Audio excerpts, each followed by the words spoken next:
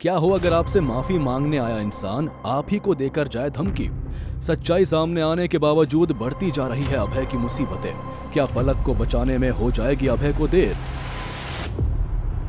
आनंद कपूर और उनके कजिन शिखर कपूर पूरी कोशिश कर रहे थे अभय के पेरेंट्स को मनाने की, लेकिन अभय से माफी मांगना मानो नामुमकिन था। मेरे ख्याल से जितना कहना था आपने कह दिया मिस्टर आनंद कपूर, और नतीजा आप देख चुके। अब प्लीज हमेशा के लिए हमें अकेला छोड़ दीजिए। अभय, ऐसा कहकर तुम भी वही बन रहे हो जो बनने का इल्जाम तुमने हम पर लगाया है। बेरहम।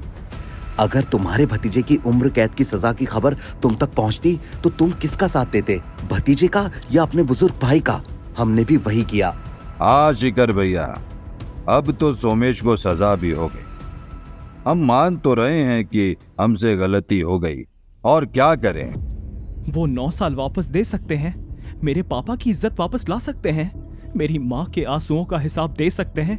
नहीं ना, तो 100 चूहे खाकर हज पर जाने के सपने मत देखिए। हाँ ठीक है, अगर हम गलत हैं तो तुम भी कुछ दूध के धुले नहीं हो। सच्चाई गलवाने के लिए तुमने राघव के साथ क्या क्या किया है हम सब जानते हैं। ये सुनते ही अभय का गला सूख गया। वो गलती से भी अपने पेरेंट्स को अपनी सीक्रेट लाइफ के बारे में जानने नहीं देना चाहता था। उसने सिचुएशन संभालने के लिए आनंद से कह दिया, मैंने वही पैंतरे अपनाए जो कोई भी पुलिस अपनाती, लेकिन लगता है ये पुलिस से ही करवाना चाहिए था, ताकि राघव को डंडे तो पड़ते, साथ में परिवार की इज्जत और उछलती। जबान संभालो जगदीश भैया, आप ही सोचिए, 9 साल जेल में रहने के बाद अभय में पूरे बिजनेस वर्ल्ड को उलटने की ताकत कहां से आई? ये अगर पहले कोई गलत काम नहीं करता था तो शायद अब करता है। अभय जरूर किसी सीक्रेट ऑर्गेनाइजेशन में है। लगता है पूरे परिवार को झूठ बोलने की बीमारी है। आपको माफी मांगने का इतना शौक है तो मेरे माँ बाप से मांगिए। अगर उन्होंने माफ कर दिया तो ठीक है, लेकिन मुझसे उम्मीद मत करें। मैं सानिया से मिलने जा रहा हूँ माँ, लेट आऊंगा।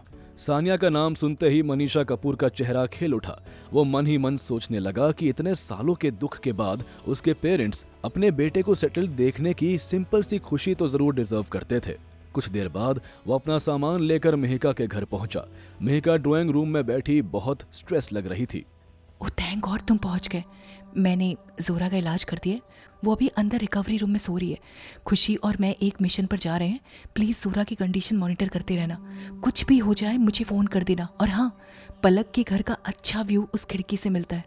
अभय ने मेहिका के सारे इंस्ट्रक्शंस नोट कर लिए। मेहिका और खुशी के जाने के बाद वो तुरंत ही उस खिड़की के पास जा बैठा जहां से पलक का घर भी नजर आता है और अंदर के रूम में जोरा पर भी नजर रखी जा सकती है। कुछ देर बाद जोरा की दर्द भरी आवाज सुनाई दी। क्या बात है, जाग गया मेरा शेर? तुम बहुत बेहतर लग रही हो। अरे उठने की कोशिश मत करो, इतनी भी क्या जल्दी है? कुछ लाऊं तुम्हारे लिए? नहीं। जोरा इधर देखो, क्या हुआ? तुम रो क्यों रही हो? मैं शायद उतनी ताकतवर नहीं जितना मुझे लगता था।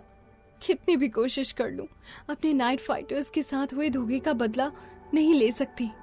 मैं बहुत बुरी हूँ। अरे अरे, ये क्या नाप शनाप कह रही हो? हम सब में से सबसे खतरनाक तुम ही हो।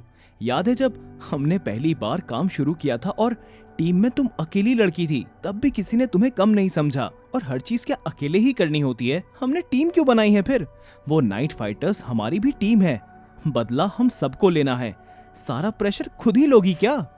ठीक है, अब सेंटी मत मारो और मुझे उठने में मदद करो, जरूरी बात करनी है। ये हुई ना बात, बताओ। तुमने प्रतीक मित्तल का नाम सुना है?